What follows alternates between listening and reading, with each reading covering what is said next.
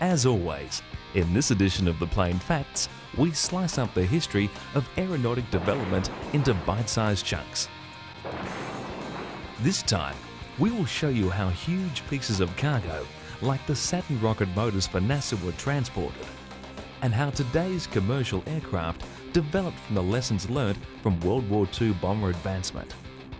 Then we'll have an accelerated look at the amazing baby F-5 from Northrop and its stunning comparisons to the Tomcat and Viper. All this and more in The Plain Facts.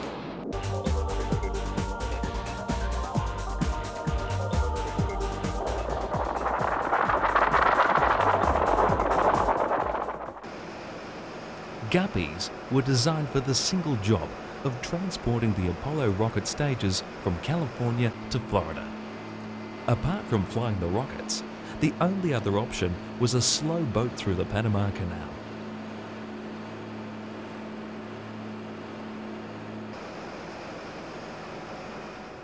The Guppy cut months out of the Apollo schedules, and without them, a moon landing in 1969 would have not been remotely possible.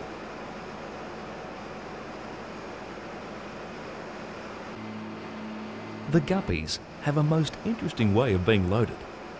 They are actually split in two. The cargo is then brought on and the two sections of the aircraft are rejoined.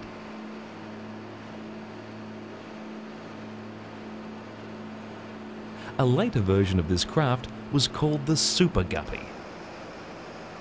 The cargo section diameter was increased from the pregnant Guppy's 19-foot to 25-foot, and the fuselage was also stretched by 26 foot.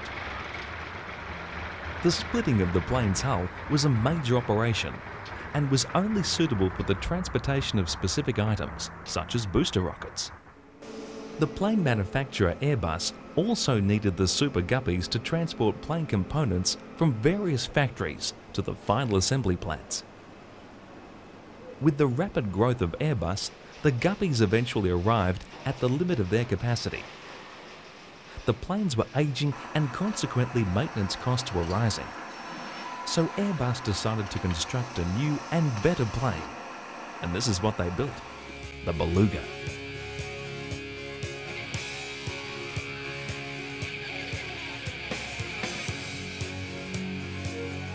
It has a main deck cargo volume greater than the Lockheed Galaxy, the Antonov AN-124 and the American C-17 military cargo planes.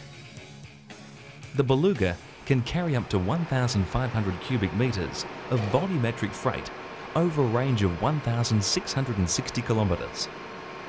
Recently, a Beluga accomplished the longest charter flight ever, 25 hours of flying including stops. The journey took the Beluga from Marseille, France to the Avalon Air Show in Melbourne, Australia. The mission was to transport 3 helicopters for Eurocopter.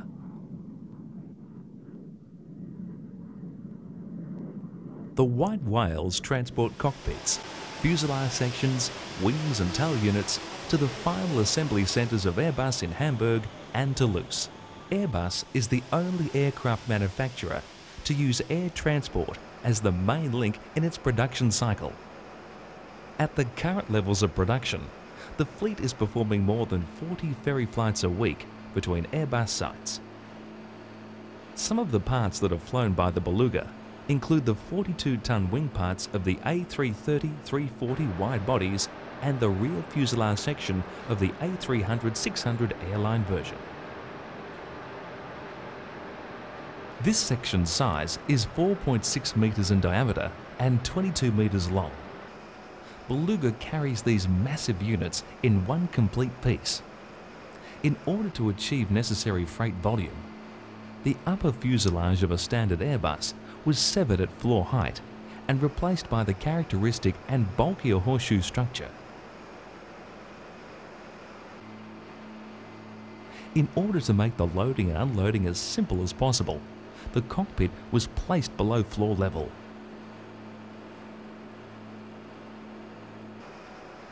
The plane's giant loading hatch is approximately 100 square meters and 17.3 meters high when opened, or about the same height as a 5-story building. The diameter of the fuselage that can be used for cargo is 7.4 metres, and the floor width is 5.43 metres. The length of the freight space is 37.7 metres. To improve the Beluga's stability around the pitch and yaw axis, the horizontal tail was strengthened, and the vertical tail was placed higher than on a conventional aircraft. Stabilizers were added to the tail unit to improve the rudder's effectiveness. Compared with the Super Guppies, the A300-600 ST, Beluga offers an increase of all-round 30% in cargo volume and double the payload of 24.1 tonnes to 45.5 tonnes. On average, it took a Guppy 54 hours to transport the bigger components. The Beluga manages the same task in just 19 hours. The Beluga's economical service saves Airbus about 2/3 in transportation costs.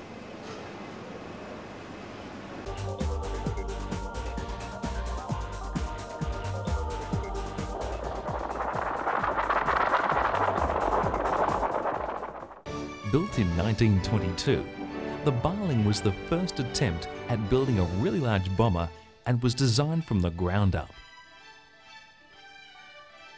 The result was a triplane, which was powered by 6 420 horsepower Liberty 12A liquid-cooled engines.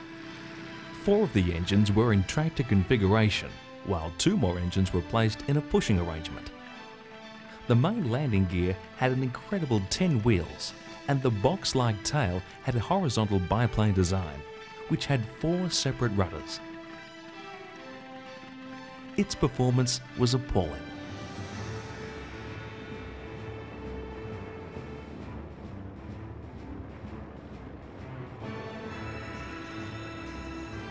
The Barling was not a success, and the sole Barling was scrapped in 1928.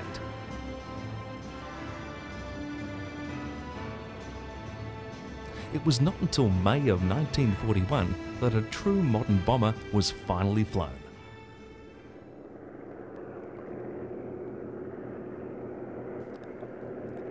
The XB-19 was an all-metal stressed skin-low winged monoplane with a retractable undercarriage. Its wingspan of 209 feet made it the largest American plane to be built. It remained so until 1946.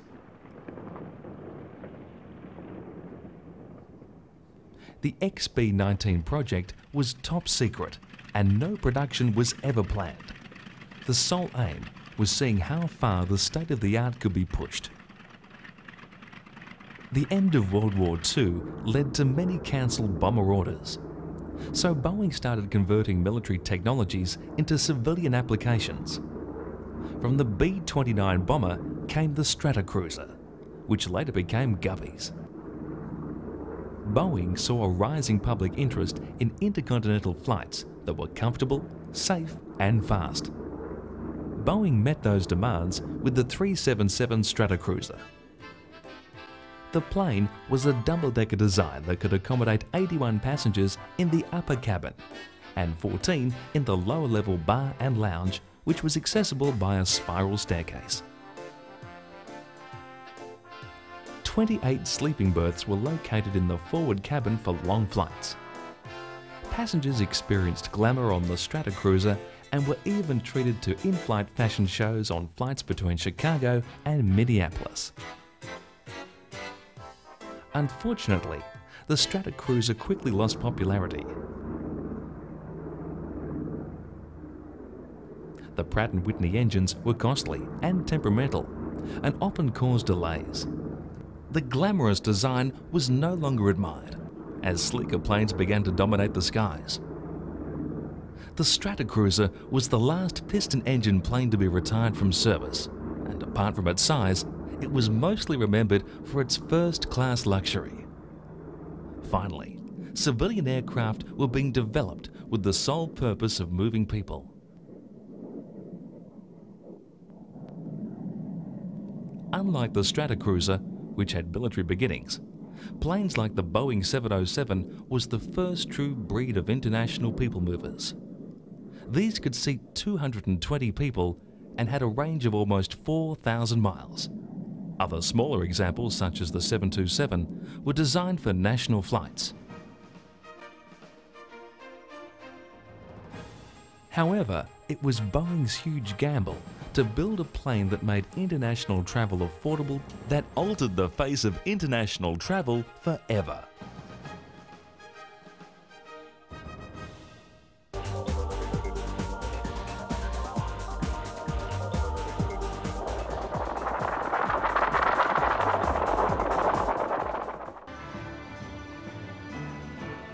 The twin-engine A330 combines some of the lowest operating costs of any aircraft ever designed, with maximum flexibility for a wide range of route structures. The A330-300, which first entered service in early 1994, typically seats 335 passengers in 2 classes or 295 passengers in 3 classes, and has a range of up to 10,400 kilometres.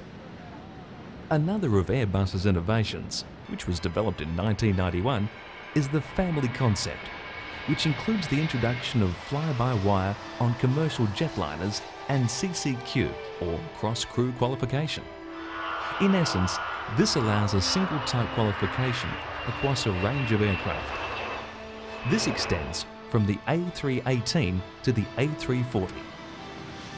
An A318 pilot can simply receive a few days training and can be certified to fly an A340-600.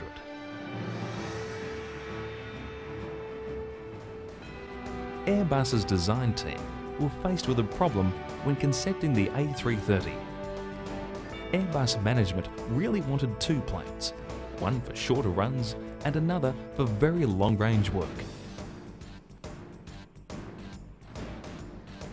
They wanted to break into the 747's domain. The design team and engineers did something revolutionary. They created a plane that could be fitted with 2 or 4 engines with very little alteration. 2-engine aircraft are more economical on short or medium-range routes. However, international aviation law requires 4-engine planes for very long-range routes. The remarkable operating efficiency of the A330-A340 family is enhanced by the voluminous underfloor holds, which generates cargo revenue. The A330 and A340 can carry 60 to 100% more freight than competing aircraft.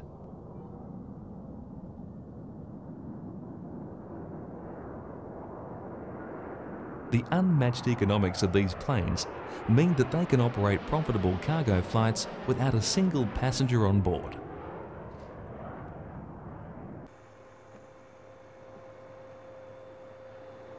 The A340-600 is one of the latest additions to the A330-A340 family. It is the longest and quietest commercial jetliner to take to the skies.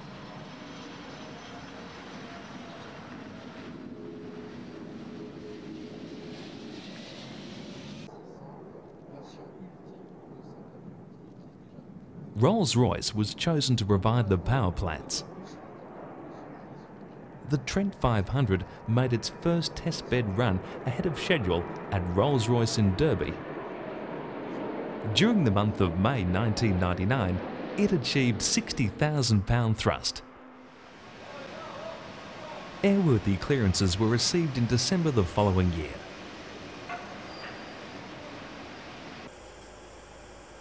The operational ratings of 53,000 and 56,000 pound thrust are well within the engine's limit, and even allows margin for future expansion.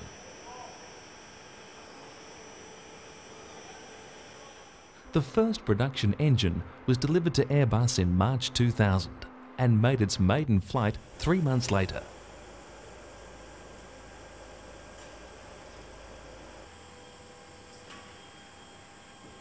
Development engines completed more than 4,500 hours of running, which included operating in simulated extreme weather conditions. During takeoff, the engine sucks in over a ton of air per second and is squeezed up to 40 times atmospheric pressure.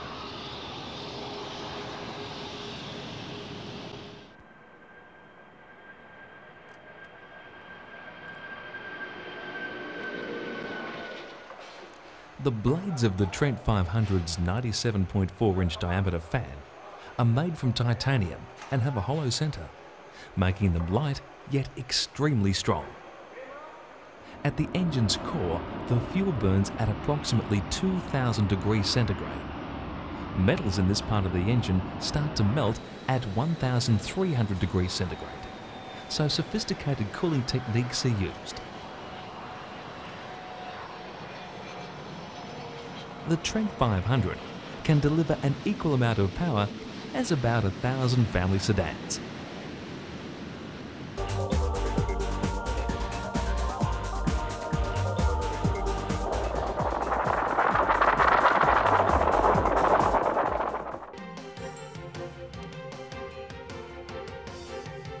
The development of the Northrop F5 began as far back as 1954, when a Northrop team toured Europe and Asia to examine the defence needs of NATO and CETO countries. The conclusion of the tour determined the need for a lightweight supersonic fighter that would be inexpensive to purchase, easy to maintain, and capable of operating from short runways and poor quality airfields.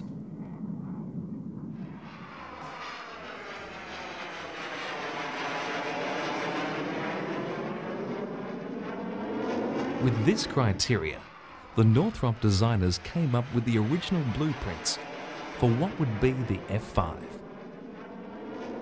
This baby fighter went from the drawing board to become one of the most successful export products of the US military aircraft industry.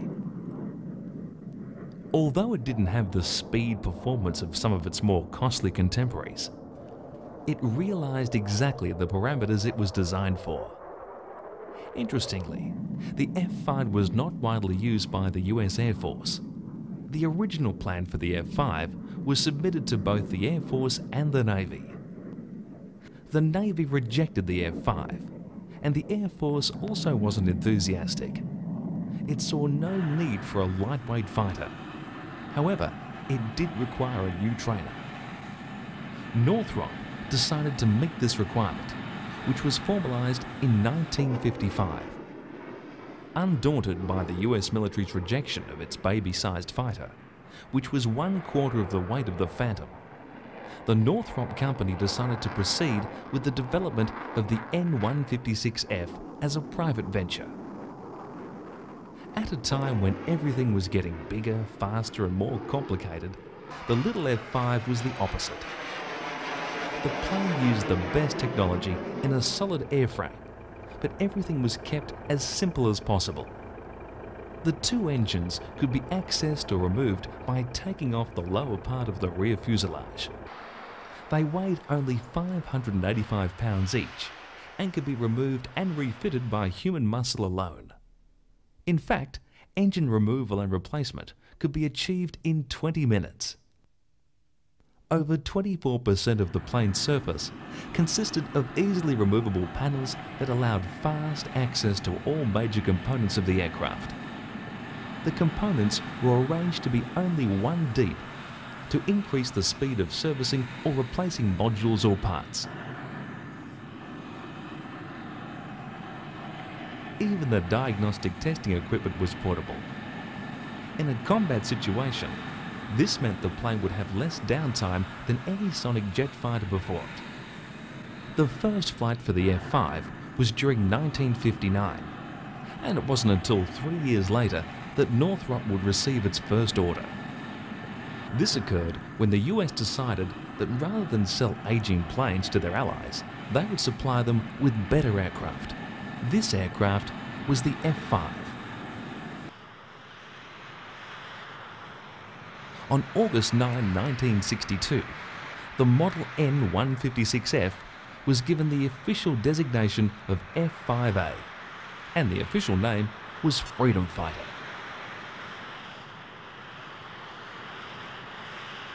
Northrop was also permitted by the US government to supply the Freedom Fighter under the terms of the Military Assistance Program and the Foreign Military Sales Program. A total of 1,871 F5s were built by Northrop. and a further 776 were built under license in Canada, Spain, Switzerland, Korea and Taiwan. The F-5 is still an important part of many foreign air forces.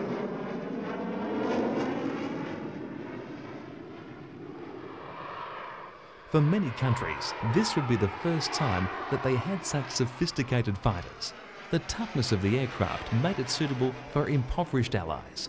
This is an F-5, demonstrating its ability to use a very secondary type runway.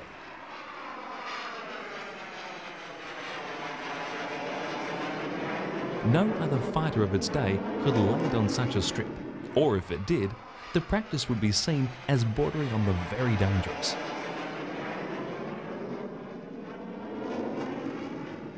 The armament included two nose-mounted 20mm cannons.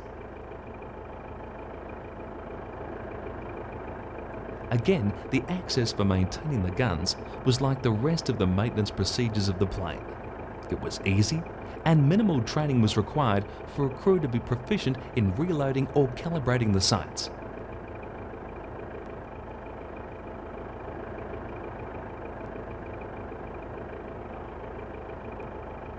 To add to the little fighter's punch, it would carry sidewinder missiles and a number of other types of free-fall bombs. What is remarkable is that when pitted in military games and facing off with the heavyweights of air combat, the F-5 fighter won 85% of the time. Check on the nose mile. You got a bogey, 6 o'clock for 6,000 feet. Keep the turn in, we're coming around hard on him. Join us again next time for more amazing insights into the aeronautic realm with the Plane Facts.